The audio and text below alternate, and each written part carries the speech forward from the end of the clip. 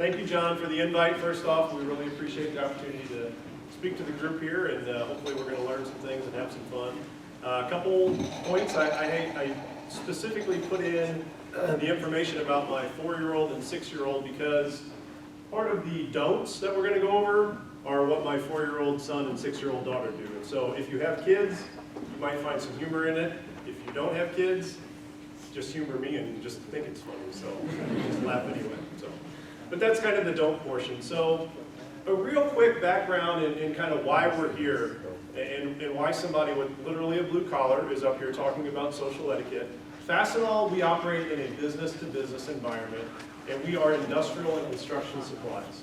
So I know all of you are like, okay, well, I'm just not even interested in this at all. What do I want to do? Sell nuts and bolts when I graduate? Because I didn't either. I graduated. I was looking for business opportunities. The last thing I thought I would do is sell industrial supplies, right? But really what we do, and to bring this home to make you understand what we do, is we offer inventory management solutions to the customers, to the businesses, to the brands that you guys know and use every day.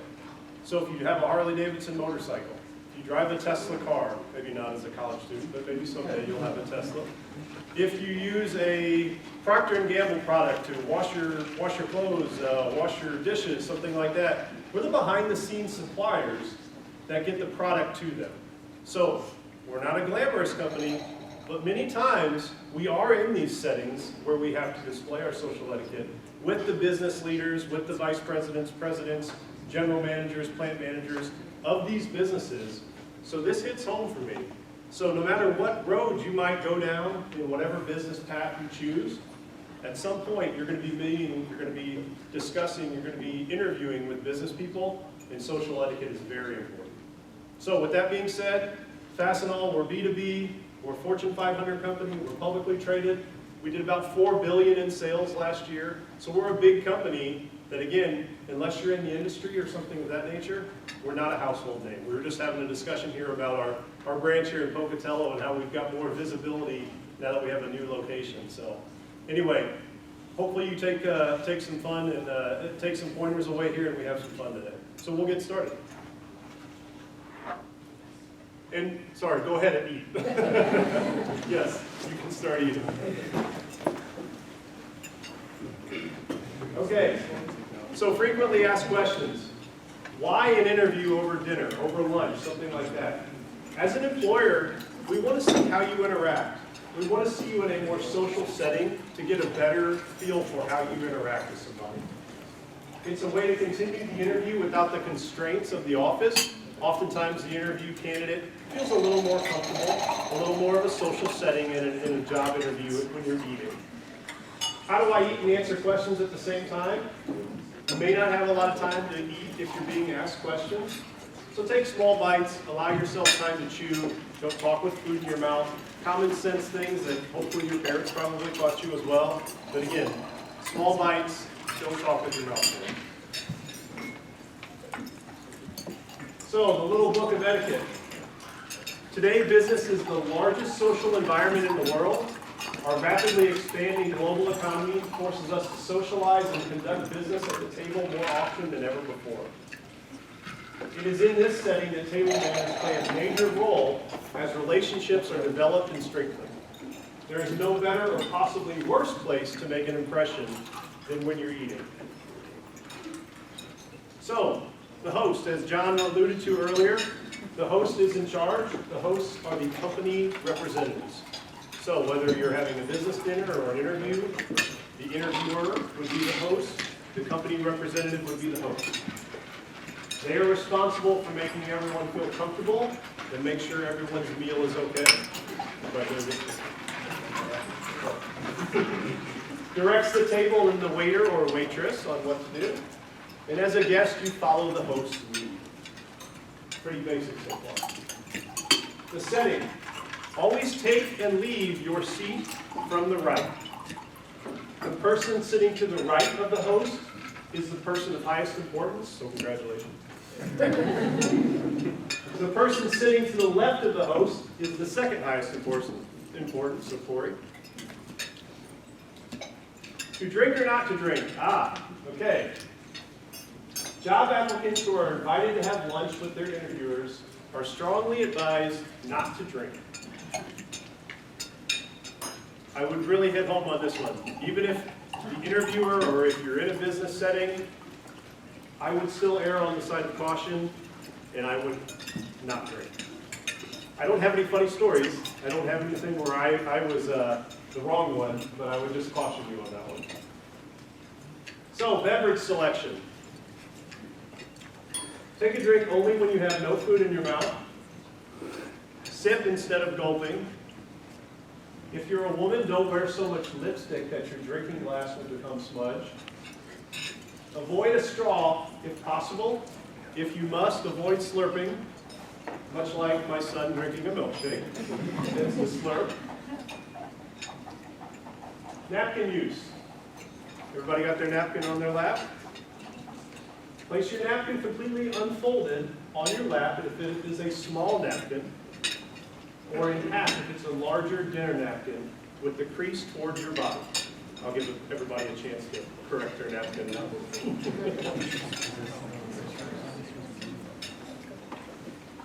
You may tuck your napkin in your belt, but not your collar.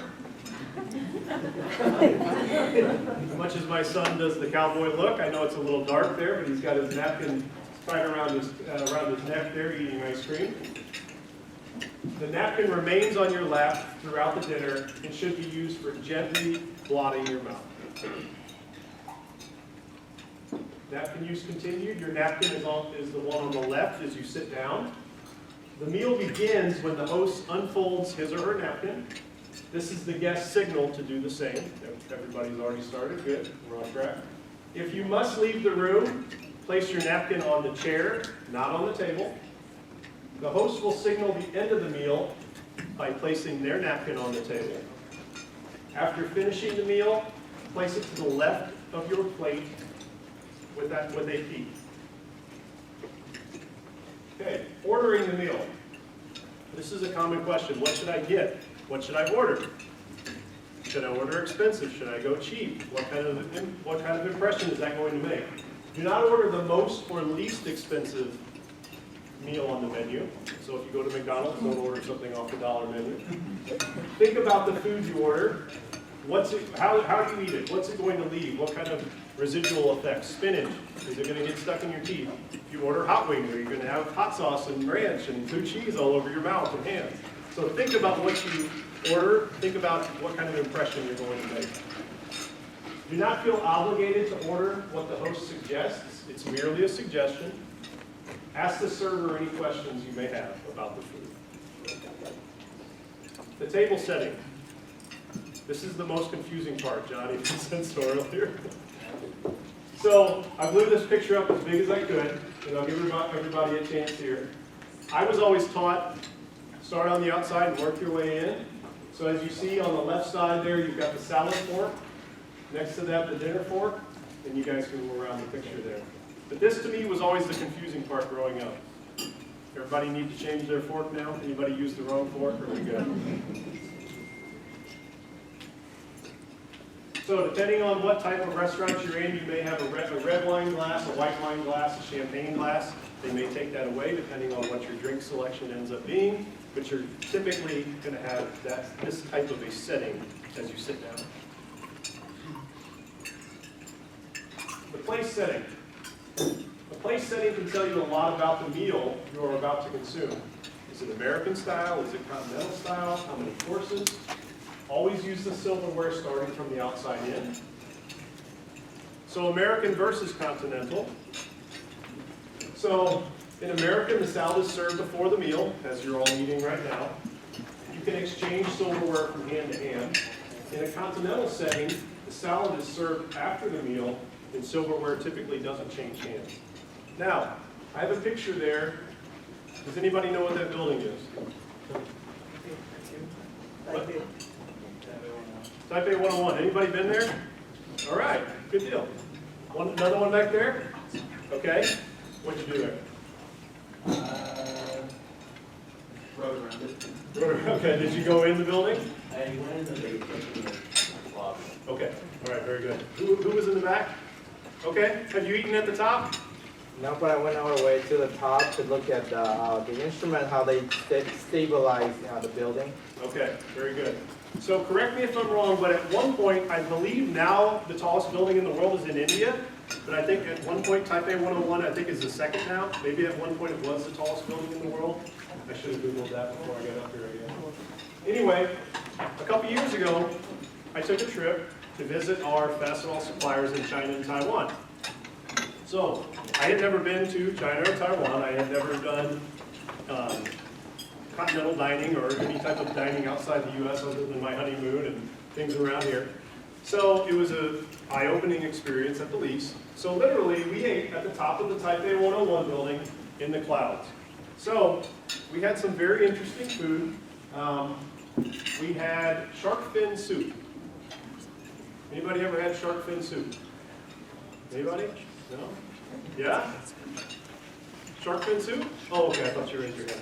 Okay, so shark fin soup, for future reference, is known as somewhat of an aphrodisiac, just for future reference there. So, the fin itself has no taste, it's just rubbery, chewy, much like you would think, but then it's just seasoned with the other things within the soup. But the dining experience is very different there. So we had shark fin soup, we had freshwater prawns. One thing that I took for granted as an American was ice water. Don't really have much ice water there. We asked for that and they had to go across the street to the store and bring us back bottles of water. But very different experiences. In China we had a lot of anybody know what a lazy Susan is? The round table, you just kind of pick at things as it goes by. Probably the most interesting thing besides the shark fin soup that I ate was a fisheye. So your fish is literally sitting there in front of you, and it's kind of the guest of honor's opportunity to grab the fisheye and eat the fisheye. So you may eat some interesting things. So we were with the president of Jones Way Tool Company, eating at the top of the Taipei 101 building, and made me realize that a small town kid from southeast Missouri had no idea what I was doing in the top of the Taipei 101 building. So. Holding your silverware. There is a right way and a wrong way to hold your silverware.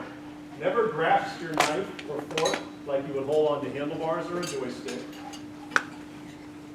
And never put your spoon on your face, much like your mother does. She thought this was a neat trick. Beginning the meal. Wait for the host to begin the meal. Begin eating before you start, wait for the host to begin eating before you start eating. If you are served your meal first, you should always wait for your guest to be served until you start. Read the place setting to learn what courses will be served in what order. Bread. Everyone in the world literally has a ritual for bread. Bread is not broken, bread is broken, not cut. Bread is passed to the right. Do not butter the entire piece, break it in half, then in a quarter, and butter only that quarter. Don't dip your bread into the butter dish.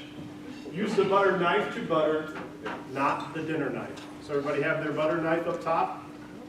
Didn't, okay. Not on this one, that's all right. All right, soup. Use the soup spoon, which is the large spoon. Do not slurp your soup or pick up the bowl, much like my 4-year-old eating tomato soup.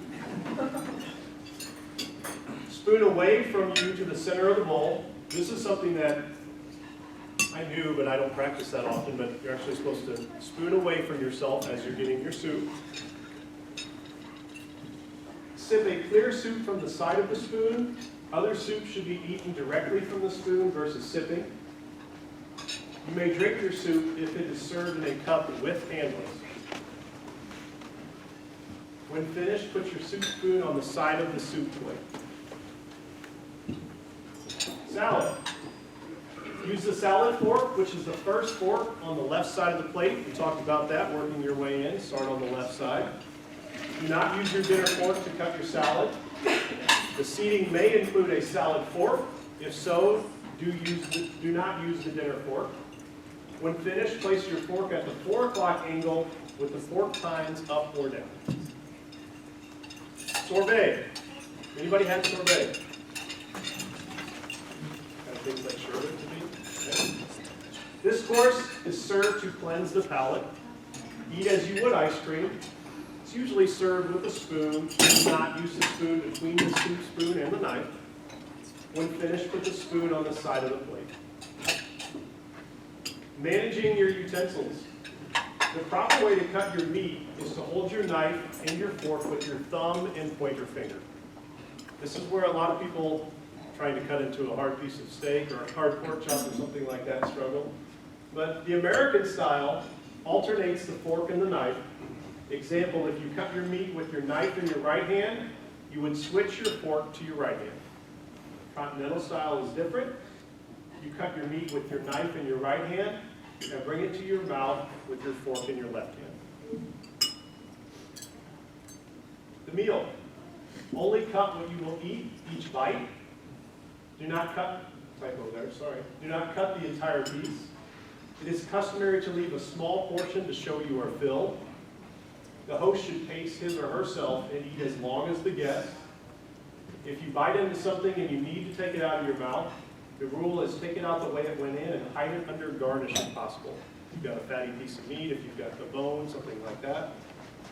Vegetables served in side dishes can be eaten out of the dish or placed on your plate.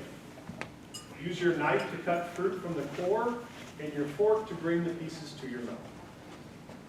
Use your knife or fork with lamb chops or other tender meats. Dessert.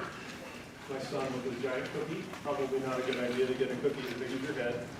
So, dessert in general, you eat custards and other soft desserts with a spoon, using the fork for berries or other garnishes. For firmer desserts such as dense cakes or poached pears, things like that, switch the utensils, the fork for the eating, the spoon for pushing and cutting. When you're served layer cake with a slice upright, turn it on its side with the dessert fork and spoon or any other utensil that remains at your plate. So much like that piece will be turned on its side. Good dining room manners. Do not scan the room. Keep your eyes on your companions and your food. Show respect to whoever your host is. Allow yourself to be heard, but do not talk loud, and do not listen to other tables' conversations. Make sure you focus on what's going on at your table. Eat slowly, quietly, and watch those tables' manners because everyone else will be watching them too. Never light up a cigarette, even if everyone else at your table is smoking. You will show executives that you know enough not to smoke in a social situation, and that even if they break the rules of politeness, you will not. Never leave your handbag at the table. Never put makeup on at the table. Do not clutter the restaurant table with your resume files or portfolio. Posture. I tend to sit back, put my feet up, not on the table, but across my legs. So I always have to remind myself to sit up straight. Your hands and wrists may rest on the table, but not your elbows. Anybody got elbows on the table? Everybody good? Okay. Keep your elbows off the table. Helpful hints. Never leave your spoon in the coffee cup after using it or tea. Place it in the saucer when drinking to your coffee. Use a spoon to get jam from a jar, then put it on your butter plate. Use your knife to cut your bread. Restroom usage. Go in between courses, not during a course. Excuse yourself from the table to those around you if you need to go. Ladies, always take your purse. Put your napkin on the seat, signifying you will be returned. When you're finished, when you have paused but not finished, leave your knife and fork in an open position. A trained waiter will recognize that you are signaling him to not remove your plate. When finished, place your knife and fork parallel to each other, diagonally across the plate at the 10 and 4 position, with the tines up and blade inward. It's a tricky one. 10 and 4, tines up, blade inward. There you go. Everybody gonna do that now with their salad plate, or are they all gone? Okay, that's the basics. You can certainly ask me questions, some contact information about Fastenal, but hopefully that kind of gave you a quick overview, and now we can enjoy our meal. So there you go.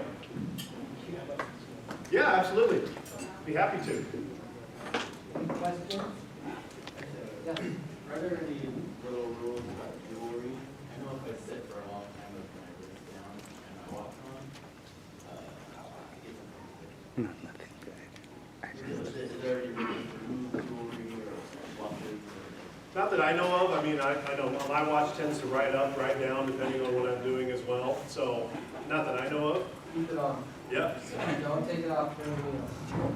Well, I put it in a pocket. I guess you can put it in the pocket, but it really doesn't move. But, Not a rule.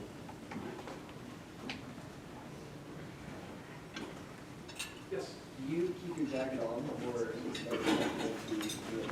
I tend to do what the host does. So if the host has taken his jacket off, then I typically will, depending on in it, depends on the dining setting. I mean, if it's a 5-star restaurant, most of the time you're going to leave it on. But if the host takes his off, then I typically will. Good question.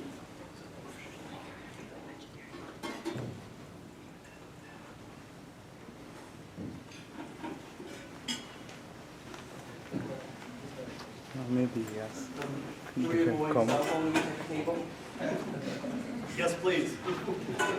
Like John said, turn your phone off, keep your phone in your pocket, don't even bring it in, make sure your ringer's off, make sure your text alerts, things like that are turned off, absolutely.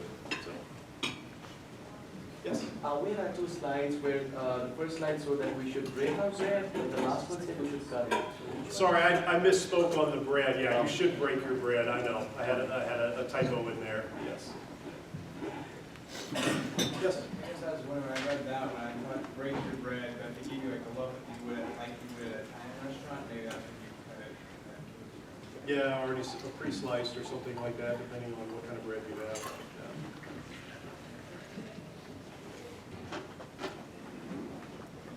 Yeah. Okay, well, I appreciate it.